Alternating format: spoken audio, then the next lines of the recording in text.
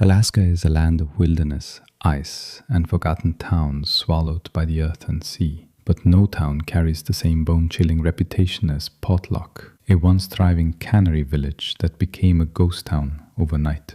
The year was the late 1940s. Fishermen, hunters, and their families lived along the rugged shoreline. For decades they worked, laughed, raised children, and built a life among the mountains. But then something started stalking them from the forest. At first it was small things: tools stolen, fish ripped apart, heavy footprints in the mud, far too large for any human. The villagers whispered about a shadow figure, a towering creature they called the Nantinaq, part man, part beast, dwelling in the wilderness. Then came the bodies. A fisherman's remains were found along the creek. His head was crushed, his ribs broken as if by massive hands. Hunters who ventured into the woods never returned, and those who did often came back white as ghosts, refusing to speak of what they saw. Night after night, the people of Portlock heard screams echoing through the trees. Not animal screams, human screams. Long drawn-out cries that chilled them to their core. Children clung to their mothers, men clutched rifles, but the sound always came closer. By 1949, Portlock had become unlivable. Families abandoned their homes in the middle of the night. They left food on tables, clothes in closets, nets hanging along the shore, as if they expected to come back. But none ever did.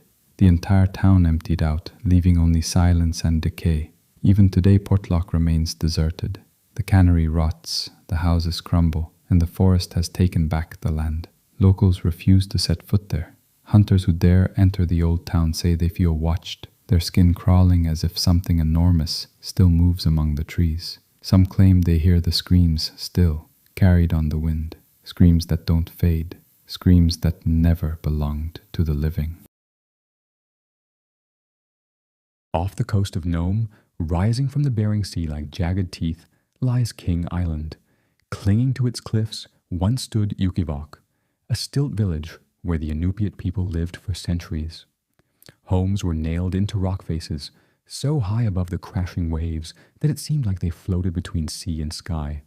But Ukivok is abandoned now, the people left in the 1950s, forced to relocate by the government. The houses, perched like skeletons, sway in the endless wind, and with them remain whispers of the dead. Visitors who brave the island often report the same thing: voices. At night when the sea is calm, voices carry down the cliffs. Some say they hear children laughing, others chanting in a tongue long forgotten.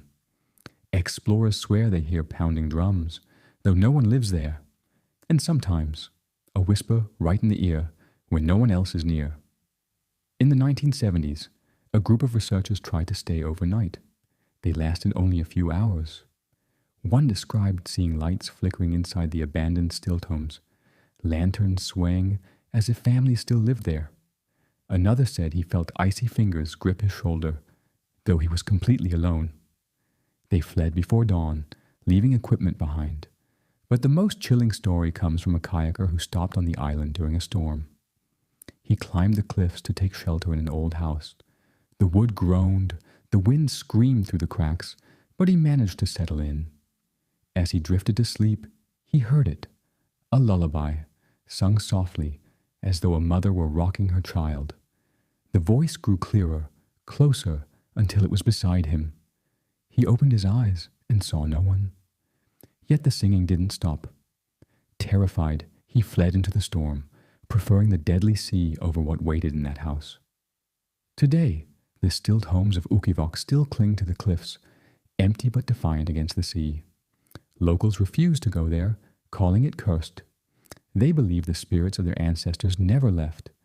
They linger, bound to the cliffs, whispering, singing, warning.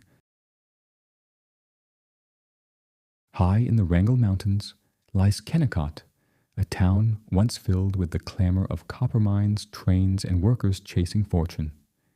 In the early 1900s, it was alive with over 300 people, the air thick with smoke, laughter, and the endless pounding of drills.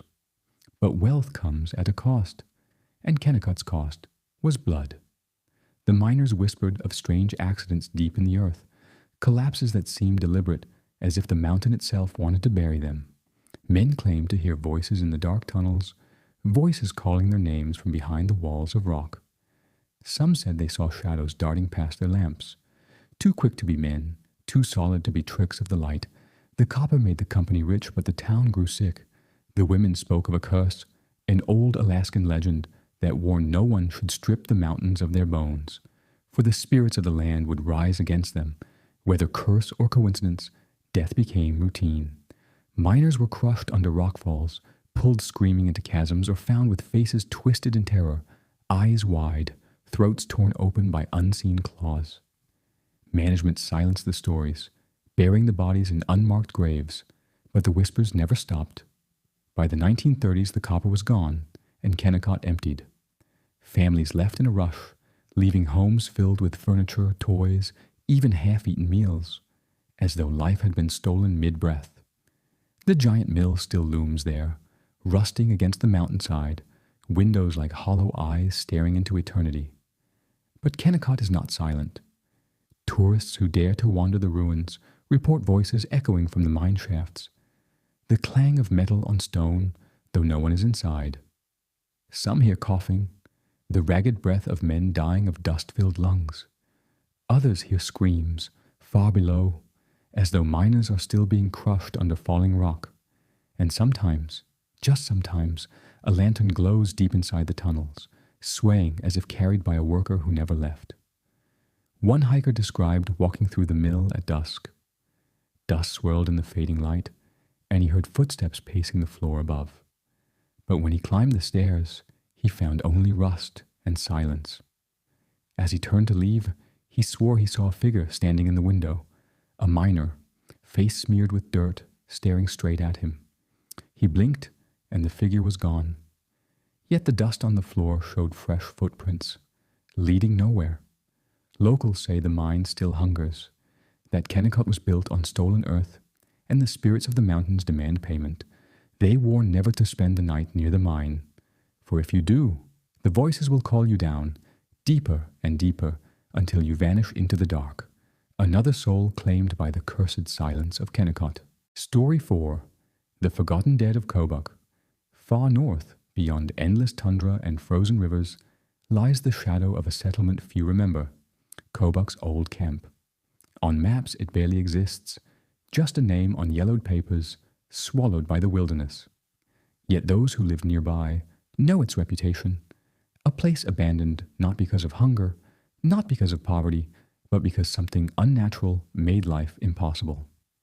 The story begins in the late 1800s, when prospectors followed whispers of gold into the frozen valleys of the Kobuk River.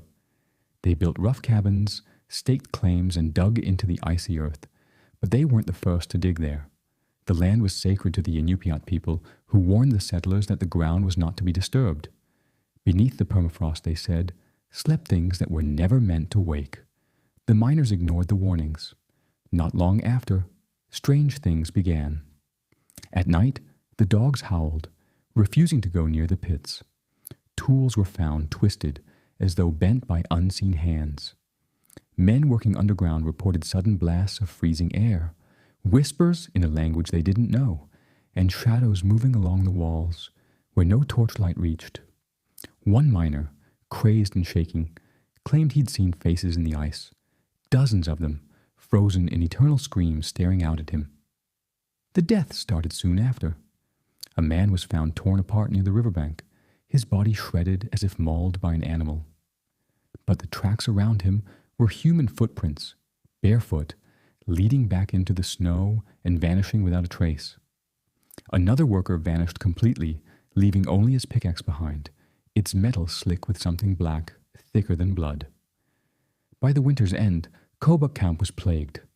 Men spoke of figures wandering the forest at night, pale, thin, their eyes hollow, their mouths open in silent screams.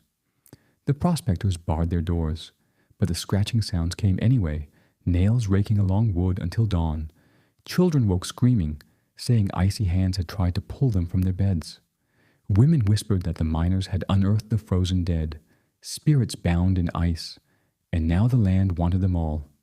By the turn of the century, the camp was abandoned. Cabins stood empty, doors swinging in the wind, meals left half-eaten. The mines collapsed, sealing whatever lay beneath. Kobuk disappeared from memory, but not from legend. Hunters passing through still tell of nights when the valley fills with unnatural fog, even in deep winter. They hear voices carried on the wind, sometimes laughter, sometimes screams. Snowshoers report seeing footprints appear fresh in the snow ahead of them, though no one is there.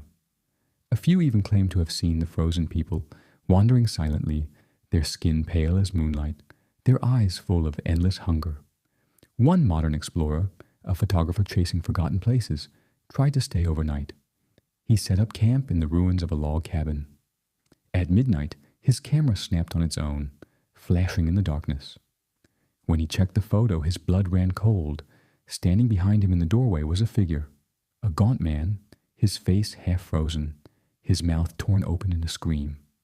The photographer fled, leaving everything behind. Weeks later, his gear was recovered. The camera held dozens more photos, all taken in the night. In every one, the frozen faces crept closer. Today, no one dares settle in Kobuk Valley. Locals avoid it, calling it cursed ground. They say the dead miners never left, their souls claimed by whatever they disturbed beneath the ice. The camp is silent now, swallowed by snow, but if you stand there too long, you may feel breath on your neck, cold, rotten, hungry, and when you turn, you'll see the faces in the ice, watching, waiting. On the edge of the Alaskan Panhandle, where mountains loom like jagged teeth over icy waters, lies the ghost of a once booming town, Daya. In the late 1800s, it was alive with gold seekers. Thousands poured through, chasing dreams along the Chilkoot Trail. But Daya didn't last. The gold rush faded, the town emptied, and the wilderness swallowed it whole. But some things refuse to die. Locals whisper that Daya is not just a ghost town, it is a town of ghosts. It began with the avalanche. In 1898, a deadly snowslide crashed down the Chilkoot, burying more than 60 people in seconds. Entire groups of prospectors vanished, their cries smothered by tons of snow and rock. Their bodies were never recovered. The survivors believed the mountain demanded payment, and it had taken its due. But in the nights that followed, something strange began. Campers reported hearing muffled cries beneath the snow long after the dead were gone. Men digging for supplies claimed to hear banging below, like fists pounding from a buried coffin. Some fled in terror, saying the voices begged them to dig faster to free them. Others swore they saw pale hands pushing through the snow, reaching, twitching, before vanishing again. As years passed, Daya grew quieter, its saloons emptying, its streets overrun with weeds. But even as the buildings rotted, the dead stayed. Travelers who dared the trail told of waking at night to see figures standing at the edge of camp. Men with ice-crusted faces, their mouths open in silent screams, their eyes glazed over with snow.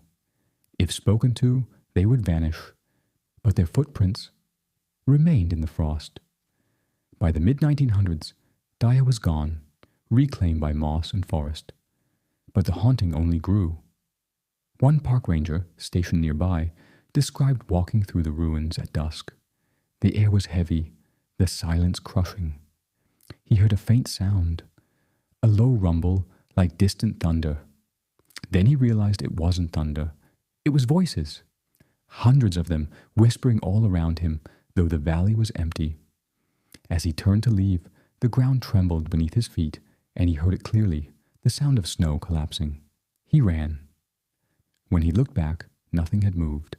Hikers today still speak of strange encounters.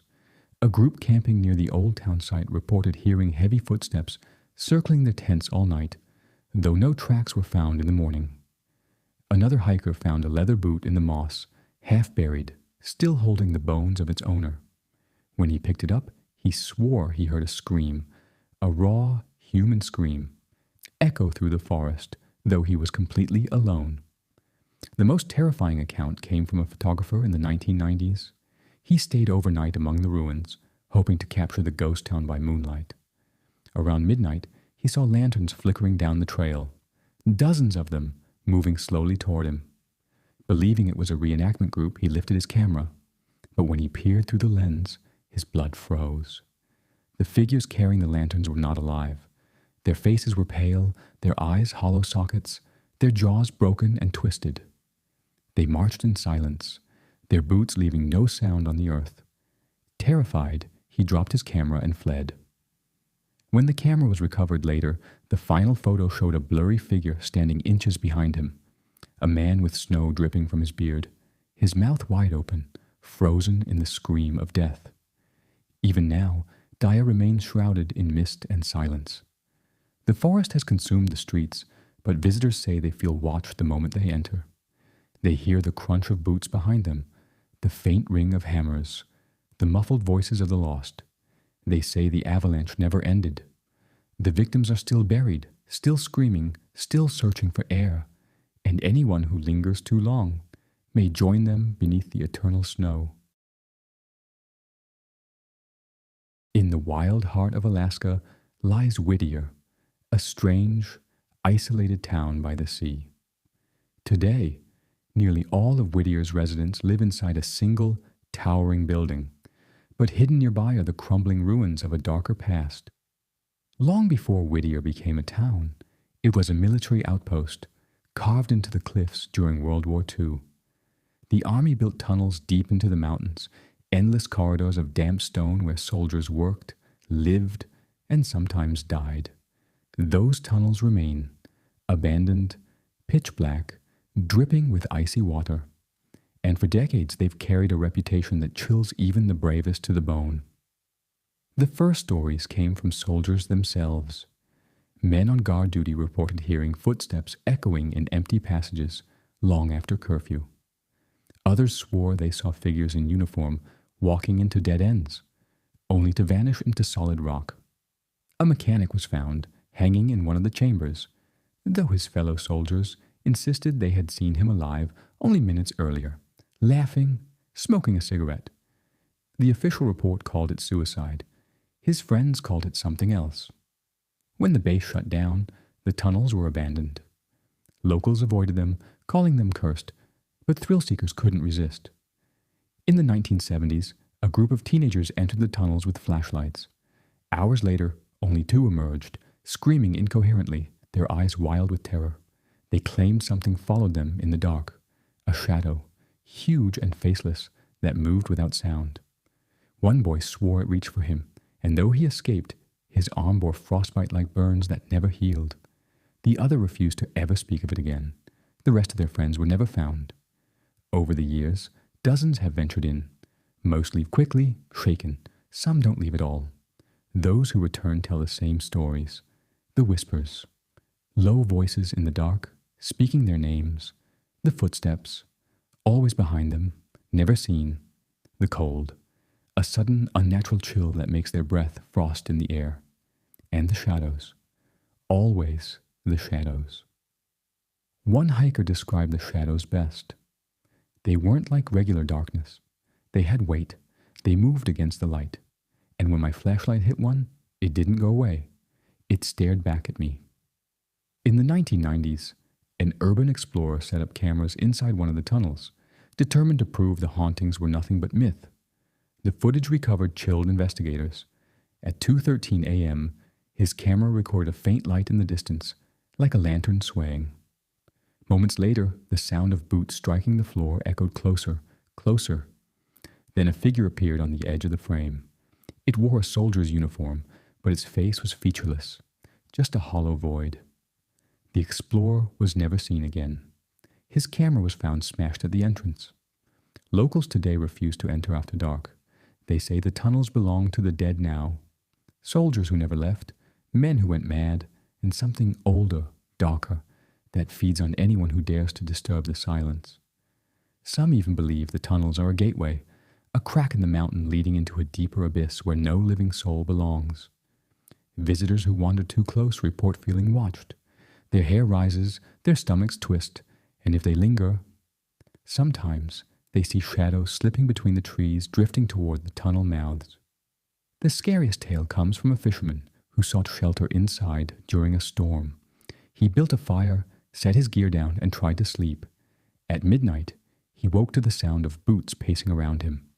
He called out, thinking someone else had come in. No answer. Just footsteps, circling faster and faster. Then the fire died, snuffed out by an icy gust. In the darkness he saw them, dozens of faces, pale and eyeless, grinning from the walls themselves. He ran until he collapsed on the shoreline, his hair gone grey overnight. He never returned. Today, Whittier's tunnels still gape like open wounds in the cliffs, black, silent, waiting. Some tourists laugh, calling the stories nothing but myths. But those who've seen the shadows know the truth. When you step inside, you don't walk alone. Something walks with you, something that has no face, no voice, just hunger. And if you stay too long, the shadows follow you out. Nome, Alaska, a name tied to gold, storms, and survival at the edge of the world. But few speak of the lost village outside Nome, a settlement erased not just by time, but by something darker. The people there didn't simply leave. They vanished. And what was left behind became a nightmare, whispered by those who still dare to live nearby. It began in the late 1800s, when settlers and native families built a small fishing village a few miles outside Nome's growing gold rush town. The land was harsh but rich with fish, seal, and caribou. For years life was simple, even joyful. Children played along the shoreline, hunters ventured into the tundra, and elders told stories around firelight. But in the winter of 1901, the howling began. At first, villagers thought it was wolves. The cries echoed across the frozen bay at night, low, mournful, almost human. But the hunters swore no wolves roamed so close, and no wolf could make those sounds. The howling grew louder, circling the village, moving with unnatural speed. Dogs barked and snapped at the air, their fur bristling, refusing to leave their pens. Then came the first death. A young man, strong and healthy, was found near the edge of the ice. His body was twisted, his face pale, his mouth frozen open in a scream. No blood, no wounds, just drained, as if the life had been sucked from him. Days later, an elder woman was taken. She vanished from her bed during the night, though the snow showed no footprints leading away. Only a trail of claw marks across the floorboards, burned black as if by fire. The villagers grew desperate. They prayed, lit fires, and kept watch through the nights. But the howling grew closer, circling the houses, sometimes breaking into hideous laughter. Children claimed to see glowing eyes peering through the cracks of the cabins. A hunter swore he saw a man standing out on the frozen sea, arms outstretched, but when he blinked, the figure dissolved into smoke. And by the spring thaw, half the village was gone. Some bodies were found frozen upright, standing in the snow with faces twisted in terror. Others were never found at all. The survivors abandoned the village in silence, walking to Nome with only what they could carry. They refused to speak of what happened. When outsiders asked, they only said one thing. The howlers came. The abandoned village still stands. Cabins collapsed, fire pits filled with ash, fishing nets rotting in the wind. But those who wander too close swear it isn't empty. Hunters report hearing the howling return at dusk, circling them, closing in. Some claim they've seen pale figures crouched on the rooftops, crawling like spiders, their jaws stretching too wide, their eyes black as pits. In 1973, 2 snowmobilers passing through decided to spend the night in one of the old cabins. Only one was found alive the next morning. He was discovered wandering the tundra barefoot, muttering over and over, "They're still screaming." They never stopped screaming. His friend was never found. More recently, tourists trying to find the village reported their phones dying at the entrance. One man's camera captured a single blurred image before shutting off, a shape standing in the distance, taller than a man, its mouth stretched wide in a howl. The locals today refuse to go near. They say the village is cursed, that the dead who were taken still walk the frozen bay, howling for company, for revenge, for blood, and if you hear the howls yourself, you must never answer back, for the moment you do, the howlers will know your voice, they will know your name, and they will come. On the far northern frontier, Where Alaska's borders blur into Canada's empty wilderness lies a place feared by native hunters and avoided even by seasoned trappers, the Nahanni Pass. Though technically on the edge of Alaska's borderlands, it is tied to countless Alaskan legends, whispered as a cursed land where fog itself hunts men. They call it the Valley of Headless Men. The first to vanish were prospectors. In the early 1900s, two brothers from Alaska entered the pass in search of gold. Months later, their camp was found, abandoned, tents shredded, food untouched. Their bodies were discovered downstream. Both were decapitated. Their heads had never been recovered. The river carried no sign of struggle. Just two headless corpses left for the ravens. Over the next decade, more prospectors disappeared. Hunters stumbled out of the valley, raving about blood-colored fog that rolled in without warning, choking the air, carrying whispers. Some survived, their eyes wide, hair turned white from terror. Others were found frozen stiff, their mouths stretched open as if screaming at something unseen. By the 1930s, the Nahanni Pass was already legend. People said the fog was alive, that it moved with intent, surrounding camps, splitting groups apart. When the fog thickened, men heard voices calling their names, sometimes the voices of wives, children, or dead friends. Those who followed the voices never returned.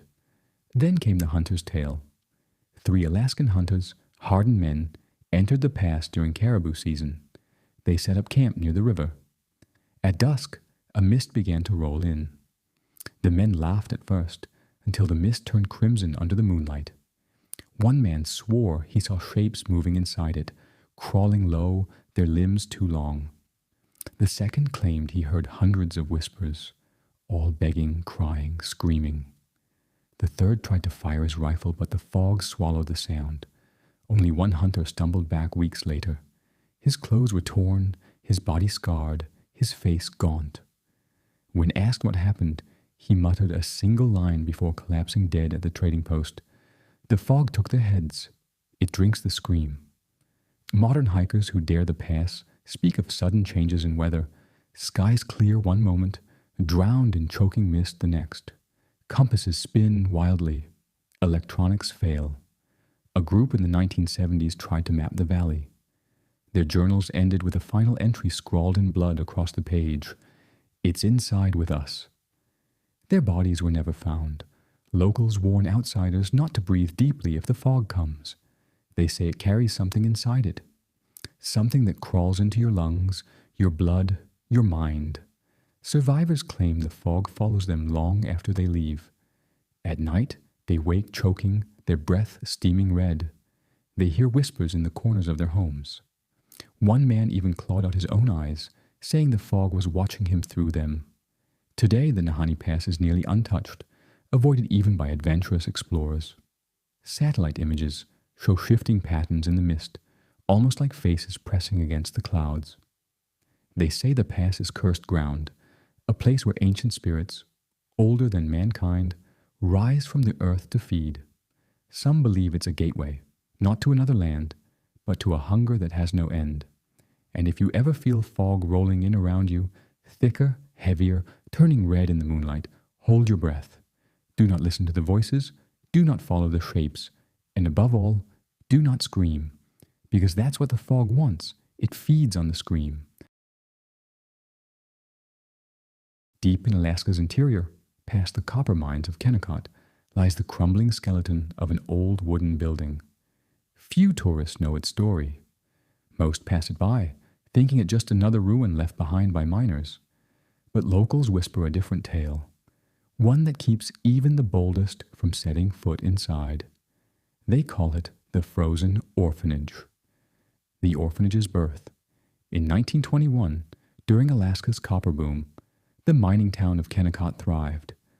But as men dug deep into the mountains, accidents grew common. Avalanches buried miners, collapses killed dozens, families were left broken. The town priest urged the company to fund an orphanage. "These children must not wander the streets," he said. The Kennecott orphanage opened that winter, housing nearly 40 children, some as young as 3. But something was wrong with the place from the start. The building creaked like bones snapping, Fires refused to stay lit. The children complained of voices in the vents calling them by name. At night, the matron would find them huddled in corners, faces pale, eyes wide, whispering, "The ice is watching." The winter of 1923. That winter brought the coldest storm in Alaskan memory. Temperatures dropped to -60. Blizzards swallowed the valley. Supply lines froze. The orphanage became a prison. The matron, a stern woman named Miss Hellbrook, tried to keep order. She rationed food, sang hymns, prayed. But the children grew sick. Their breath turned crimson in the icy air. They claimed something moved in the storm outside. A tall figure with hollow eyes and skin like snow, pressing its face against the windows. At first, Miss Hellbrook dismissed it. Until one night, the wind howled like a chorus of children screaming. She checked every room and found one bed empty, then another, then another. When she searched the halls, she saw the frost on the walls forming tiny handprints, hundreds of them, leading into the cellar. She followed and never returned. The discovery weeks later, a supply team fought through the storm. They reached the orphanage to deliver food, but the building was silent. Snow drifted against the door. Inside, the air was colder than outside. Their lanterns flickered and nearly died. Every bed was empty, every blanket folded. In the dining hall, bowls sat full of blackened soup, frozen solid. Tiny spoons rested neatly beside them, as if the children had all been called away mid-meal. And in the cellar, they found them. 40 children and one matron, all seated in a perfect circle on the frozen ground. Their faces were covered in rime, their eyes wide open. Not one bore a mark of violence. They had simply frozen where they sat, staring toward the center of the circle. In the middle lay a patch of ice, thick, black, and cracked from within, as though something beneath had pressed against it. The curse of the orphanage. After the discovery, the town tried to burn the building, but no matter how much kerosene they poured, the flames refused to catch. The walls hissed with frost, smothering fire itself, so they sealed it, boarded the windows, nailed the doors, and never spoke of it again. But hikers who wander too close say the orphanage is not silent. They claim to hear children's laughter carried on the wind, echoing faintly from the rotting walls. Some say shadows move inside the windows, even though no one lives there. One traveler swore he saw a pale face peering out from the second floor, eyes black as coal, mouth open in a soundless scream. When he approached, the window cracked with frost, and a tiny handprint appeared on the inside of the glass. Modern encounters. In 1998, a group of thrill-seekers broke inside, filming with handheld cameras. The footage was never officially released, but locals whisper what it showed. Toys arranged in neat rows, untouched for 70 years. Frost covering every wall, despite it being summer. A nursery with rocking chairs swaying on their own. The camera panned to the cellar door, shut tight, ice sealing the edges. The group joked nervously, then pulled it open. The footage cut to static. And weeks later, their car was found abandoned miles away, keys in the ignition, doors wide open. Their bodies were never recovered. The last warning today. The frozen orphanage of Kennecott stands in ruin, but the air around it is said to bite colder than anywhere else in Alaska. Locals warn travelers not to go near after dark, because sometimes, if the wind is right, you'll hear the sound of children singing from inside, a lullaby in a language no one remembers. And if you hear it, don't look through the windows, because the children are still there, frozen, waiting, watching, and they want someone new to join the circle. Portlock, Alaska. A town abandoned so suddenly that people left food on tables, tools in sheds, and fires smoldering in stoves. For decades, no one dared return. The stories were too many, too consistent. A monster in the woods, blood in the streams, vanished hunters. But among all the legends, there's one that locals never tell outsiders. One about the Black Church. The birth of a town. In the late 1800s, Portlock was a thriving fishing and cannery town. Immigrants came for work. Native Alutiiq hunters lived nearby. And, as was common in frontier towns, a church was built. But unlike other churches, this one was not made of white clapboard or stone. The wood used for Portlock's church came from trees cut deep in the forest, where natives refused to hunt. Cursed wood, they warned. The trees are not empty. They are listening. The pastor ignored them. A man of ambition, he ordered the wood brought anyway. By 1901, the black church stood tall, its boards dark with sap, its steeple crooked, its windows tinted like smoke. The town celebrated its opening. That night, the first body was found. The vanishings begin. It started with hunters. Men who left camp never came back. Then cannery workers. Then children. Always the same signs. Footprints in the mud, sometimes too large to be human.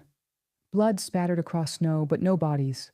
And always the last place they were seen was near the black church.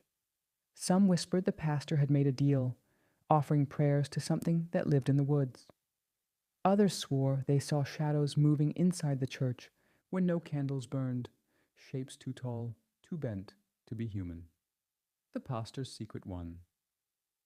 Stormy night, a fisherman claimed he heard voices while passing the church.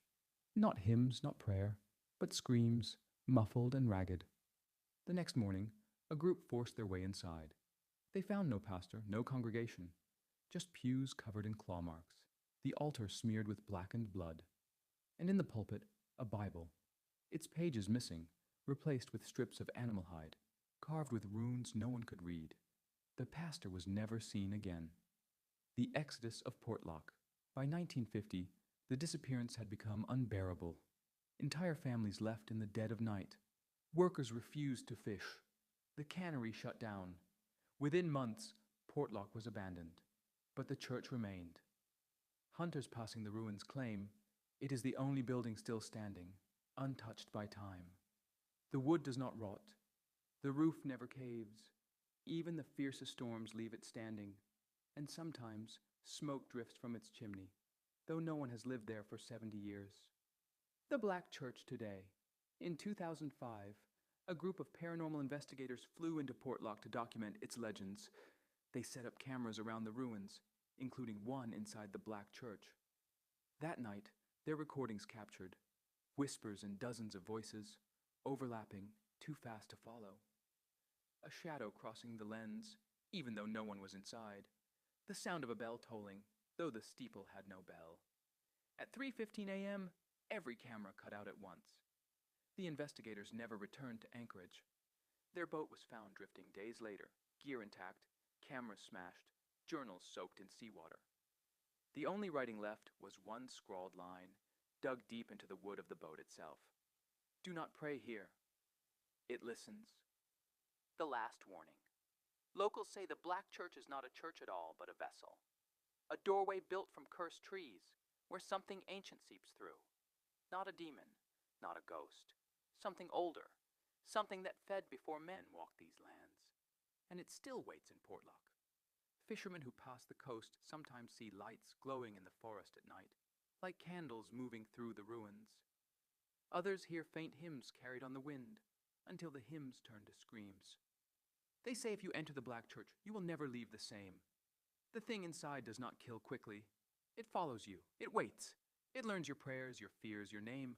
Survivors describe waking at night to hear scratching in their walls, their windows frosting over, whispers seeping through the cracks. One man who dared to enter was found months later, hundreds of miles away. He had no eyes, no tongue, no fingers. Carved into his chest, in jagged letters, Amen. Epilogue. Portlock remains deserted, its buildings collapsing, its docks rotting into the sea. But the Black Church still stands. Its wood is still dark, still unbroken. And if you stand too close on a winter night, you may hear the faint creak of its doors opening.